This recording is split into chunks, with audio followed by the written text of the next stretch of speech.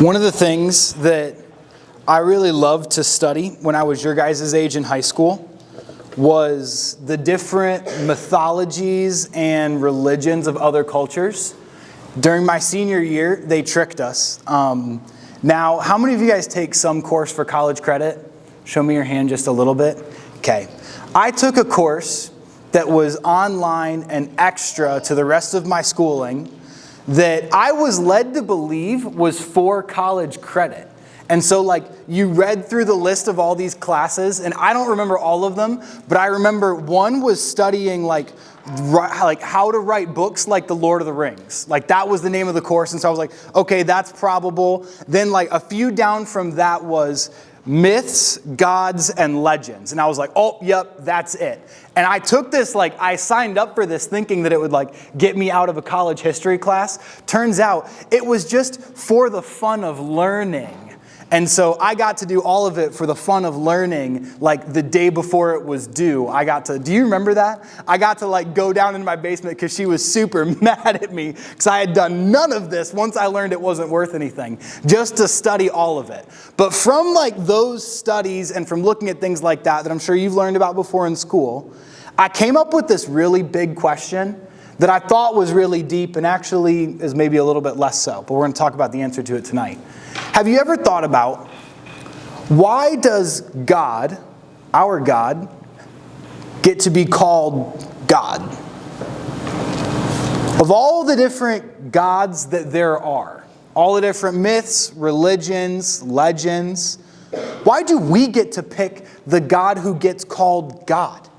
As if we got to decide the one that was true for all time and for everybody.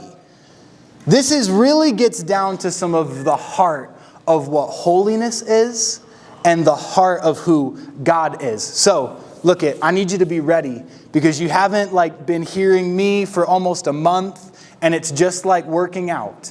If you go out for a little bit, you kind of get a little relaxed, get a little pudgy. I feel this because this is where I'm at right now. And I've been I'm on the end of the getting back into the gym soreness after 3 weeks of break for vacation and everything. And I'm super sore. So here's what I promise for you tonight. I'm going to go super heavy, really short, and then give you more time in your cruise to talk about it. Are you ready? Okay, prepare your mind just a little bit. In each and every one of us, we have this pull and this desire that there's something more to the world around us than just what we see and experience with our eyes and our senses. All throughout human history, this has been true. And from our very earliest eras, this has caused us to create gods. This has caused us to tell stories and myths and legends to explain the other things that we kind of knew were out there, but we couldn't see clearly. In Egypt, they had different myths and gods like Ra and a bunch of other movies things that people made movies out of later that are really fun. Greeks had gods like Ares and Zeus and Poseidon, which also make really good TV shows now. If you want to come watch the Percy Jackson finale at my house later, we'll go do it if you really want to come with me. We make up these stories and myths and legends and gods to fulfill this sense of a need to explain the world around us. Have you ever thought about things like love, things like truth, even things as simple as justice or human dignity or the universe and how it's all come into existence? From our very earliest era, we needed to explain how all of these things happened because it wasn't good enough to just say, well, mankind just is. Until very recently, we weren't okay with ourselves being the ultimate answer to everything. But here's the problem. Is that if you look around today, there's not a lot of people, there's actually none, that worship the ancient Egyptian gods. And they would call you pretty crazy if you still believed that the gods of the Greek Olympus were real. Over time, most of these religions and mythologies have faded away, either because their gods didn't answer those questions to the otherness well, or they were gone as soon as the people who created them all died out or were taken over by somebody else. All except one. One God that from the earliest records of human history, has been there with mankind through all of it. And beyond just being there, one God who has answered the questions that we can't answer in ourselves better than any other religion or any other system or ideology. This one God, now called God, because he is the ultimate and the only true one, because he fills the needs that we have. All because he designed us to have this desire to want to know about something bigger than us, so that it would lead us back to him, so that we, at the end of it all, we could have a relationship with him. This is what I'm describing as God. This is why our God gets to be the God, because he answers the questions that we have better than anybody else, and draws us closer to him in relationship. There's something different about our God from every other. And today we're going to describe it as his holiness. Okay, pause, take a breath. I gave you a lot right off the bat. We just started these series about holiness. If you missed the video message last week, it's okay. You don't need to go back. We're going to keep talking about it. But I will say, if you have to miss a week and before we get to Snow Blast, go back and watch it on YouTube. We'll do our very, very best to have it posted the next day. Just because, not because every word that I say is super important, but because these ideas are going to build on each other. We're going to talk about what it means that God is holy, and then eventually we're going to work our way down to how we are to be holy. And then we're going to eventually work out to what it looks like to live holy in the world around us. Because there's a lot of misconceptions about what holiness is. For most of my life around church, and even after asking some people around our own church, some of who have been in church for a long time, some of whom haven't, what we come to expecting holiness to mean is that God is perfect. Are you familiar with that? That when we say that God is holy, what we mean is God doesn't do anything wrong. God is not anything wrong. Everything that is good is God, and everything that is wrong is not. God is morally perfect. But then we come into this problem when you actually start to read the Bible.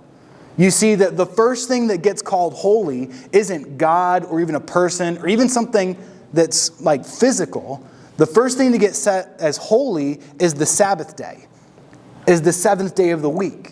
A day that's set apart for God. And if you think about it, just logically for a second, the seventh day can't be more morally perfect than the first 6 days. That doesn't make any sense. So therefore, holiness has to mean something more. Here's what we're going to define holiness as for our sake for the next 10 weeks. Holiness is living different because God is different. Memorize this and think about it. Holiness is living different because God is different. I picked this after a lot of prayer, after a lot of fasting and seeking God. And I think that this is something that will radically change the way that you see God. But then beyond that, not just the way that you see God, the way that you see yourself. And then even further than that, not just the way that you see yourself, but also the way that you live in a world that is very, very, very unholy. But it has to start with God. Holiness always originates with God. Holiness always originates with God. God is the source and architect of holiness. He is the only one who gets to look at something else and declare it to be holy. He is the only one who in his own nature is holy. What I'm going to set for you is that the holiness of God is what sets him apart from every other system of belief or religion to fulfill our need for the otherness that we feel in our hearts. So, if you have Bibles, we've never turned here before, and I'm so excited for it. Turn to Leviticus 11. If you don't have a Bible, there's one under your seat. It's on page 83.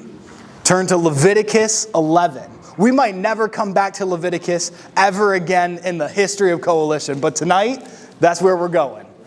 We're going to study one of the first commands, actually the first command for us to be holy like God is holy. This was to the nation of Israel, as God was establishing them as his own holy nation, a nation that was to be set apart and to live differently because their God is different. Here's what God commands them in Leviticus 11, verse 44. He says, "For I am the Lord your God. You must consecrate yourselves and be holy because I am holy. So do not defile yourself with any of these small animals that scurry along the ground, for I, the Lord, am the one who brought you up from the land of Egypt, that I might be your God. Therefore, you must be holy because I am holy." Now, look up at me. Some of you who have been around for a little bit, you know that some of these Old Testament commands, we don't quite transfer into our lives today because they were for a different time and a different context. There's that little middle bit about not eating things that scurry along the ground. Yeah, it's kind of weird. Just happened to be sandwiched in between God's two commands to be holy. God's essentially telling his people, there's all these other cultures around you that eat bugs. And because they keep eating bugs, they keep getting sick and dying because bugs aren't good for you to eat. So don't eat anything that scurries along the ground. And oh, by the way, be holy like I'm holy. So you could think like, all right, holiness isn't actually something we need to attain to. It's just an Old Testament standard that God gave for a different people. But then, you don't need to turn there, just look at it. In the New Testament, Peter repeats this and calls it back to the church for how they're supposed to live. 1 Peter 1, 14 and 15 says this, "As obedient children, do not conform to the evil desires that you had when you lived in ignorance. But just as he who called you is holy, so be holy in all that you do." And then he quotes it directly. "For it is written, be holy because I am holy." Holiness has to start with God. And in reference to God, what holiness means directly is that God is set apart, divinely distinct, and other. When I say other, I mean literally other than us. Other from humanity, other from our world. There's a section of things that describe us and our world, and then there's something other. That is the holiness of God. Here's the reason that this lesson had to be right at the beginning. Because the very definition of holiness is that God is set apart. But I don't want you to miss this. The fact that God is set apart does not mean that God is distant. God is different from us, but he's not distant from us. God is different from us, but that doesn't mean that he's distant from us. A long time ago, on June 24th, in 1947, in Washington State, there was a pilot that was flying from one military base to another military base right after World War II. They were actually looking for enemy spies and things like that. And in the middle of the daytime, he looked out the scope of his plane, and something flashed and caught his eye. This was a trained pilot. He had been in World War II. He knew how to fly. Now back at home, he was a successful businessman, well respected. His name was Kenneth Arnold. And as he looked out, something caught his eye that he didn't quite understand. What Kenneth described that he saw was 9 circles that were moving like if you skipped a rock on a pond through the sky. So he's looking and he's observing in his plane and he turns for it. And he says from the viewpoint and in looking at it, he could discern that they were moving at 15,000 miles per hour. He knows what he saw. So he lands at the next Air Force base and he's screaming at them look at the scopes. What was this? It was gone as soon as I saw it. And therefore we got the term UFO. Unidentified flying object. This is crazy, man. This was the very first UFO in America. Probably what happened is, my man went crazy in the sky and luckily didn't crash his plane. It started something that was like a trend all across the 40s, 50s, and 60s in America of people seeing these UFOs, even some of them going as far to like get kidnapped by bright lights. It's a really crazy thing. When you like go back, you think we're crazy, man? Look at the people in the 60s who were saying, a spaceship abducted me in the cornfield, and it was like a big circle. Who came up with that? So the U.S. Air Force came up with this term, unidentified flying object, to determine something that they knew existed, but that they couldn't explain. That's a good baseline for our understanding of holiness. That we know that God is, and we know some of what God is. But then there's also this expansiveness to God that we just can't understand. That because we're human, because we're mortal, because we live and die, because we're created, we can never fully understand the nature of God. And so we get this divine adjective to describe him that is holy. This is what leads us to that passage that Chris read in Isaiah. Oh man, this passage is beautiful. In a time the nation of Israel is in a dark place, God gives the prophet Isaiah this vision of himself, and he can't even fully understand everything that he sees. But this is what he says he saw. In Isaiah 6:1, it says, "In the year that King Uzziah died, I saw the Lord high and exalted, seated on a throne, and the train of his robe filled the temple. Above him were seraphim. Seraphim are angels. Each with 6 wings. With 2 wings they covered their faces. With 2 wings they covered their feet. And with 2 wings they were flying. And they were calling to one another, Holy, holy, holy is the Lord Almighty. Holy, holy, holy is the Lord Almighty. The whole earth is full of his glory. And at the sound of their voices, the doorpost and the thresholds shook, and the temple was filled with smoke." They repeat over and over and over again, Holy, holy, holy. At the very end of the scripture, when John, the disciple, is seeing the end of all things, God gives him a picture too into the throne room of God. And the difference is this time it's not just the angels, now it's us too that are looking at God. And it says that all we can get out is holy, holy, holy. We're not repeating it endlessly just because we can't come up with anything else to say. That triple is what the Jewish people would use to be an exclamation point on the end of something. It's to add this emphasis to say, God, holy, holy, holy. There's nothing else they can use to describe him. There's no words that they can use to encapsulate all that God is. It's just that he is so holy, so other, so holy, so powerful, so holy, so more majestic than they can even describe with their words. And that's all we can get out. And so we live in awe and wonder of a God who is holy, holy, holy. Completely different from us, but not distant from us. So, why does the holiness of God matter for you? Because there's problems in life that you can't fix. There's questions that being human raises that you can't answer. There's things going on around you that don't make sense, and you don't need a better version of yourself to understand it.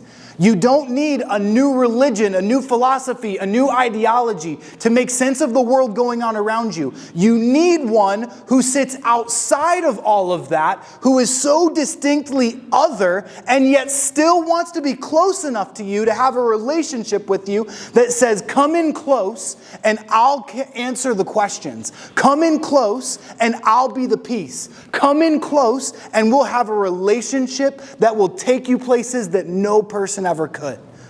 We need a God who is so distinctly other from us that we can't even fully understand him. That's a hard thing for me to get my head around sometimes. The fact that no matter how long you study God, no matter how many books you read, no matter how well you know the scriptures, there will always be something about God that you don't understand.